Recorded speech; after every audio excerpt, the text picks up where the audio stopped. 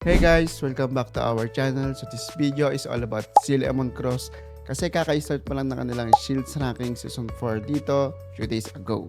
So kung bago ka pa lang sa CLM at gusto mong malaman kung paano ka ba makakapag-farm ng Shields Ranking point efficiently is make sure na tapusin mo tong video hanggang dulo. So guys, huwag natin patagalin. Let's head over to their game. So guys, nandito tayo sa kanilang game, no? So before anything else is magpunta muna tayo sa current leaderboard para makita natin kung ano na ba yung mga rankings sa mga players natin dito. Okay, so click natin itong tatlong guhit dyan and punta tayo sa Shields Ranking. And yung makikita nyo dito guys, no, Shields Ranking Season 4. So kakaumpisa lang yan ay meron pa siyang 24 days left dito, no? So click natin yan. So yung top 1 natin dito is meron na siyang 45,386 na Shields Ranking points and tayo guys, since medyo na busy tayo and nasa 164 pa lang tayo, no? So rank 17k tayo dito. And then ayan, makikita nyo yan dyan yung mga score ng ating top 50 players. About naman sa reward guys is click nyo lang itong check rewards. Yan, so makikita nyo dito yung mga possible na makuha nyong Shields Crystal, no? So kung sino magiging top 1 is mag-earn siya ng 1 million Shields Crystal dito. And ayan yung rank 2 sa 500,000 Shields Crystal. So guys, ayan, indicated lahat yan dito. So example guys is pumasok kayo ng rank 901 to rank 1000 is may makukuha kayong 800 Shields Crystals dito. So guys, nakalagay dito kung kailan matatapos yung Shields Ranking Season 4, no? Okay guys, so ngayon naman ang pag-uusapan natin is paano ka ba makapag-farm ng Shields Ranking points efficiently? Okay, so una guys is kiklik natin tong tatlong guhit dito. And then makikita nyo tong mga logos na yan. Ayan yung mga ways kung paano kayo makakapag-earn ng Shields Ranking points dito. Okay, so unahin na natin tong Shields Pass, no? Yan. So guys, sa Shields Pass is meron tayo ditong daily missions. Yan. So ito yung mga makukuha nyong Shields Ranking points dito once na natapos nyo yung mga daily missions nyo. Okay, so itong isa, iba to kasi ito yung Shields Pass points. So yung Shields Pass points guys is ginagamit yan dito, no? Para dito yung Shields Pass point. So iba yon sa Shields Ranking points. And yung isa namang way is about dito sa Season Pass missions. So yan guys, may mga missions din yung Season Pass na yan. And nag-earn siya ng Shields Ranking points. Okay, so next one naman guys is itong dungeon, no? Meron dyan guys tatlong dungeons kayo napapasukin. Itong Equipment Dungeon, Sigil Dungeon, and itong Winter Dungeon. So guys, basically ang gagawin nyo lang dito is i-enter nyo dito yung inyong character. Example, ayan, nag-enter tayo dyan. Okay guys, to, natapos na natin yung isang dungeons dito. So meron pa kayong dalawang dungeons dito na papasukin. Makikita nyo rin pala dito yung earnings nyo. Ayan, yung rank 1 is makakuha ng 100 Shields Ranking points. Indicated lahat yan dito guys, no? Okay guys, so ito naman yung isa pang way para makapag-earn kayo ng Shields Ranking points dito. Ito guys, yung Field Boss. So click nyo lang yung Field Boss. Yan, so once na naklik nyo yan guys, may makikita kayo dyang iba't ibang klaseng Field Boss, no? So andyan si Sky Shaman, Cat Golden Boots, King of Great Kings.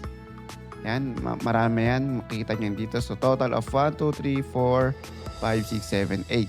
So guys, meron tayo ditong 8 na field bosses and then meron din siya dito, makikita nyo dyan guys yung required level niya. Okay guys, so about naman sa spawn ng ating field bosses dito. So i-indicate ko siya. This is based on Philippine time, no?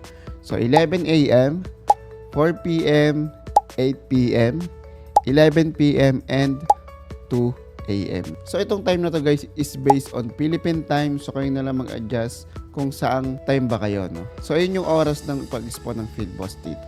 So guys, ngayon nagkataka kayo, paano ba nag-estimate yung Shields Ranking points nyo dito once na nag-participate kayo dito sa field boss? Okay, so para malaman natin yung guys is punta tayo sa Shields Ranking. Click natin tong Shields Ranking, no? So makikita nyo dito yung boss score. Okay, so yan, makikita nyo dito yung kanilang yung kanina, no, yung unang boss doon si Sky Shaman.